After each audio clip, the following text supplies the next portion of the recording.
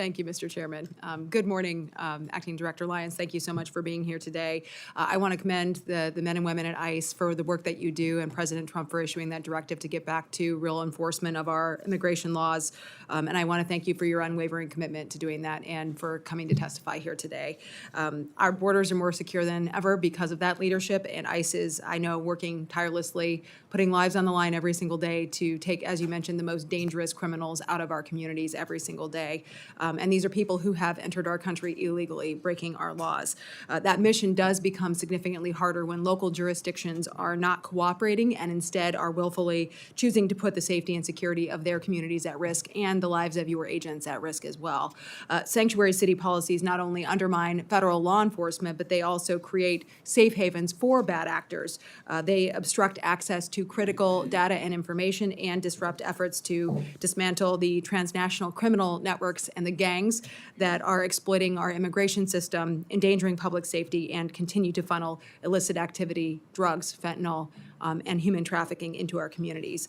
So what challenges, Acting Director, do you face when local jurisdictions refuse those detainer requests for your agents or are barring access to databases that could give you that critical information that you need to link to those criminal networks? Are there legacy programs or maybe even holdover administrative burdens that you recommend eliminating as a result of that? Thank you, ma'am. I appreciate that, and I appreciate your respect for what the men and women of ICE do every day. They are true to the mission. They swore to serve, and they do put their lives on the line every day. So I appreciate you recognizing that. One thing about sanctuary cities is sanctuary city policies, while they're there to protect the migrant community, also puts communities at risk as well. It allows violent criminal aliens to go back into a setting that they were already removed from by a law enforcement agency. A law enforcement agency already deemed that individual a public safety threat and arrested them and put them in custody. What ICE would look for is to keep not only the community safe, but the officers and agents of ICE safe, is to work with sanctuary cities to take those individuals into custody in a secure location, one that it's not outside in the community, one where it doesn't put officers at risk, one where it doesn't put the actual criminal alien at risk.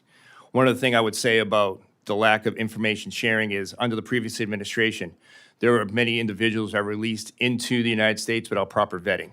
Without having access to systems like driver's license databases, registry of motor vehicles, to have police reports to know what these bad actors did in the past, it really hampers our ability to track and find these individuals. One thing that ICE is dedicated to, especially with the Department of Homeland Security, is tracking illicit drugs and fentanyl. When these drug dealers are allowed to get back in our community and we can't find them because a sanctuary policy blocks our ability to have that information and track these individuals, it's not making the community any safer. Right. These individuals are out there dealing illicit drugs, and it's hampering our ability. Yeah, and I have no doubt that people have died because of those sanctuary city policies, and we need to do everything we can to protect American citizens. So again, thank you for that information, and please let us know if there are policies we need to be looking at changing to make sure that those folks are cooperating with you. I think Iowa is a good example of a state that I work with our local law enforcement, have those conversations, that good information sharing, and we want to make sure that's happening all over the country. I want to shift gears a little bit and highlight HSI's critical role in combating trade-based crimes. Many of those are driven by the Chinese Communist Party. Those include forced labor violations, IP theft, transshipment schemes that are really posing a direct threat to our American workers and our small businesses, devastating our American manufacturers and our supply chains here in the United States. What additional tools, personnel, or legal authorities does HSI need to more effectively, number one, investigate, but also to prosecute these trade-related violations that are, again, undermining our economy here in the United States? Well, thank you, ma'am, for that question, and thank you for recognizing what HSI does. Homeland Security Investigations is a key part to the Department of Homeland Security. It's instrumental to what ICE does for keeping this nation safe. While we have increased Title VIII civil immigration enforcement, we are extremely focused on threats outside our borders, especially from the People's Republic of China.